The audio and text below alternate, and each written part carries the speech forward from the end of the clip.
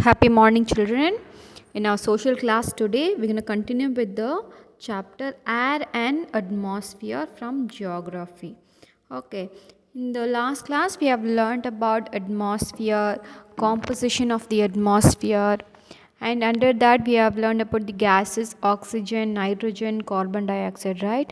And in today's class, we'll continue with the structure of the atmosphere. So, before getting into that, I'll just give you a short recall what we have learned in the last class. So, if you take atmosphere, we have learned that it is the atmosphere around the earth which gives us the air to breathe, and it is the most important thing for survival of life. And the atmosphere is like a thick blanket of air around the earth which, although not visible, it performs many functions without which sustenance of life on earth would have been difficult. So, though the air is not visible, it performs many functions, so without which the life is not easy and it would be very difficult without air.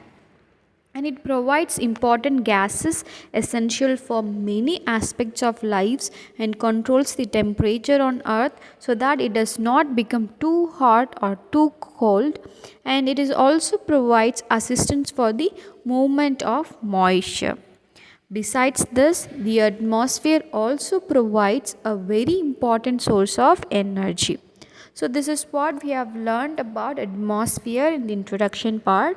And coming to the composition of the atmosphere, we learned that there are few gases which compose the atmosphere, right?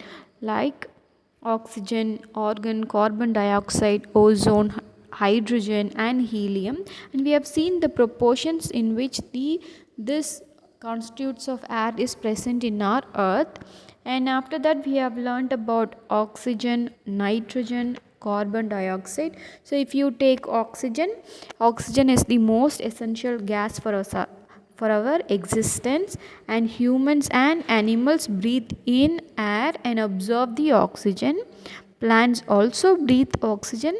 Even animals living in the sea, they absorb oxygen which is present in the water. And oxygen is also essential for fire. It causes rusting of iron and some other metals. Coming to the nitrogen, nitrogen is the gas which has peculiar properties. It is not absorbed by humans and plants, but when we breathe in, we also the nitrogen, it also goes inside our lungs, but we exhale it and we don't use it actually. But plants, they need nitrogen, but the thing is they cannot take it or absorb it directly. So there are certain bacteria that live in the soil and in the roots of the plants. So this bacteria, it convert the nitrogen into a form which helps plants in making their own food. So nitrogen plays an important role in plant growth. Okay, and then coming to the carbon dioxide. Carbon dioxide is a gas which has atoms of both carbon and oxygen, and this is the next important gas of the atmosphere. It is used by green plants by a process called photosynthesis. Yes, you all know about it. And during this process, the plants utilize water, carbon dioxide, and sunlight. And in this process, the plants release oxygen into the atmosphere. Photosynthesis happens only during the day because only daytime there is sunlight, and during photosynthesis plants produce enough oxygen which makes up for the oxygen consumed by the humans and the animals. So all these points were covered in the last class, right? Very good. So now we are entering into the structure of the atmosphere. Under that we have got different layers of the atmosphere that we'll see in detail. Yes, let's get it started. Yes, we have got the synopsis, the topics which are to be covered in this session: structure of the atmosphere, troposphere, stratosphere, mesosphere, thermosphere, and exosphere. So these are the topics which we are going to cover in this class today. So the topics are structure of the atmosphere, troposphere, stratosphere, mesosphere, thermosphere, and exosphere. Yes, the first topic is structure of the atmosphere. So there are few points. The blanket of gases form different layers depending on the density and weight, effect on the temperature pattern, 5 layers: troposphere, stratosphere, mesosphere, thermosphere, and exosphere. Yes, we'll see all this in detail now. So if you take the structure of the atmosphere is a thick blanket of gases that you're familiar with, and these gases form different layers depending on their density and weight. So these gases which form the blanket of gases, so they have the different layers they form due to the density and weight. And the composition of gases has an effect on the temperature pattern also. The atmosphere is divided into 5 layers. Okay, atmosphere is divided into 5 different layers.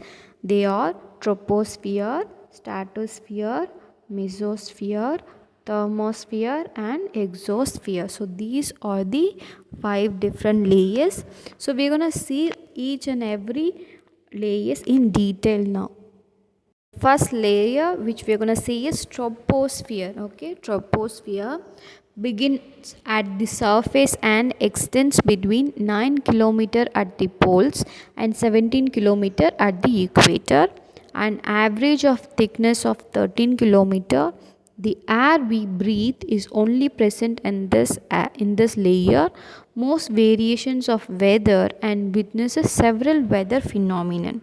So these are the few points. So let me explain you. So if you take the layer troposphere, the troposphere begins at the surface and extends between 9 kilometer at the poles and 17 kilometer at the equator. So thus it is generally said to have an average thickness of 13 kilometer, and the air we breathe is just present only in this layer. Okay, the air we are breathing is present only in this layer, and this layer sees most variation of weather, and it also witnesses several weather phenomenon. Okay, so these are the points, and we'll see some other points of this layer. Yes, here we have got the continuation of troposphere. Rainfall, fog, hail, and snowfall are generally limited to this layer. 80% of the mass, the boundary between the troposphere and stratosphere, is called tropopause. Take this layer, we don't encounter many of rainfall, fog, hail, and snowfall and all. So these are actually limited to this layer, and it has got 80% of mass. The troposphere holds approximately 80% of the mass of the atmosphere, and the boundary between the troposphere and stratosphere is called tropopause. So the boundary which is between the troposphere and the stratosphere is called as tropopause. So these are the points. If you take troposphere, it begins at the surface and extends between 9 kilometer at the poles and 17 kilometer at the equator. Thus it is generally said to have an average thickness of 13 kilometer. The air we breathe is present only in this layer, and this layer sees most variation of weather and witnesses several weather phenomenon. And rainfall, fog, hail, and snowfall are generally limited to this layer. And the troposphere holds approximately 80% of the mass of the atmosphere, and the boundary between the troposphere and stratosphere is called tropopause. Okay, we'll move to the next topic. The next topic, stratosphere, extends from the tropopause to about 50 kilometer above mean sea level, has no clouds, is not affected by any weather conditions, increased absorption of ultraviolet radiation. The boundary between the stratosphere and the next layer, mesosphere, is known as stratopause. Okay, I'll explain you in detail now. So the stratosphere, it extends from the tropopause to about 50 kilometer above mean sea level. This layer has nearly no clouds and it is not affected by any weather conditions. So if you take stratosphere, it has got no clouds and it is not at all affected by any weather conditions. It is because of which it is considered as ideal for flying aircrafts. So this layer is just perfect for flying aircrafts, and this layer, the temperature increases with height due to increased absorption of ultraviolet radiation by the ozone layer. And while the temperature may be 51 Celsius at the lower level of this layer, that is at the tropopause, the top of the stratosphere is much warmer with a temperature of 15 degrees Celsius.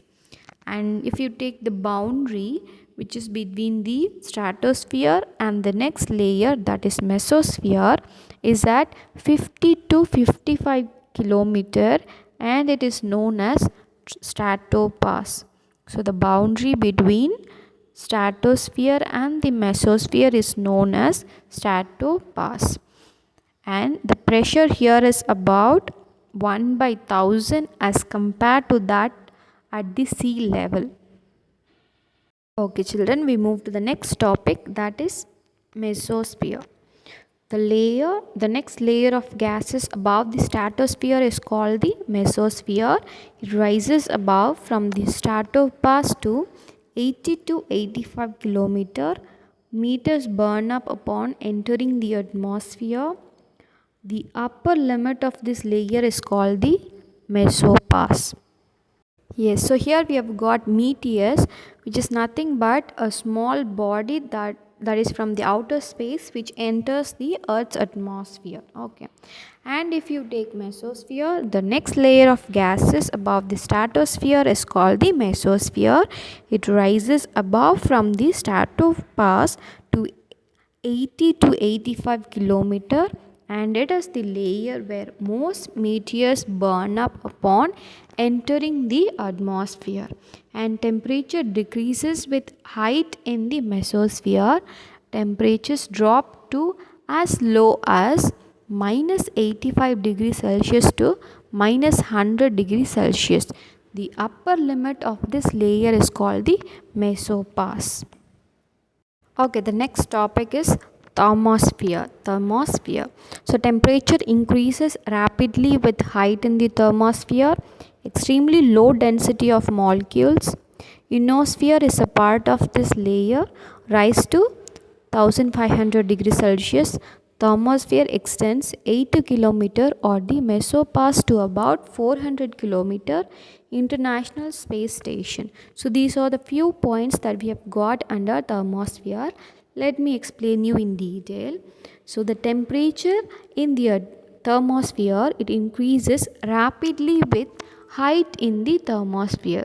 So the temperature is high as a result of the extremely low density of molecules, and ionosphere is also a part of this layer.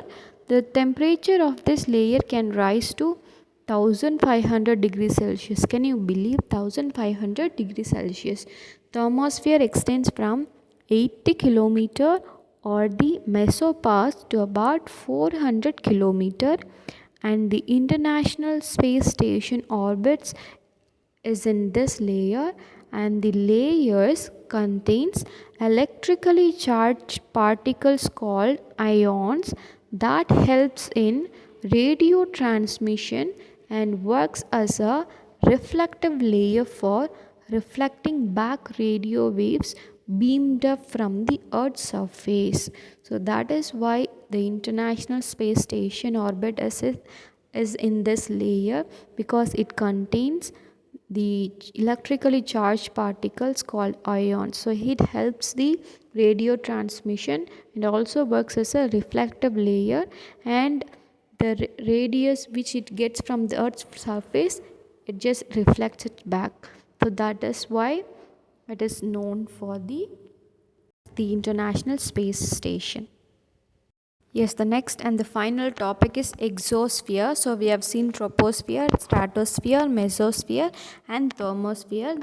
The last and final layer is the exosphere. So it is the outermost layer of Earth's atmosphere and which extends from the exobase, that is the base of exosphere, upward. It is mainly composed of hydrogen and helium. These gases are extremely rare and may float out into the outer space from here. So, if you take the exosphere layer, that is said to be the outermost layer of Earth's atmosphere. So, it extends from the exobase, that is the base of exosphere. So, it extends from the exobase upward and it is mainly composed of hydrogen and helium. So if you see the gases which are present in the exosphere, it is just mainly of hydrogen and helium, and these gases are extremely rare and may float out into the outer space from here. Yes, children, we have come to the end of the session.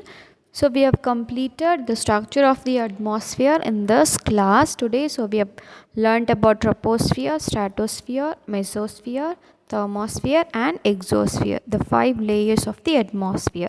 And in the next class, we'll continue with the remaining topics.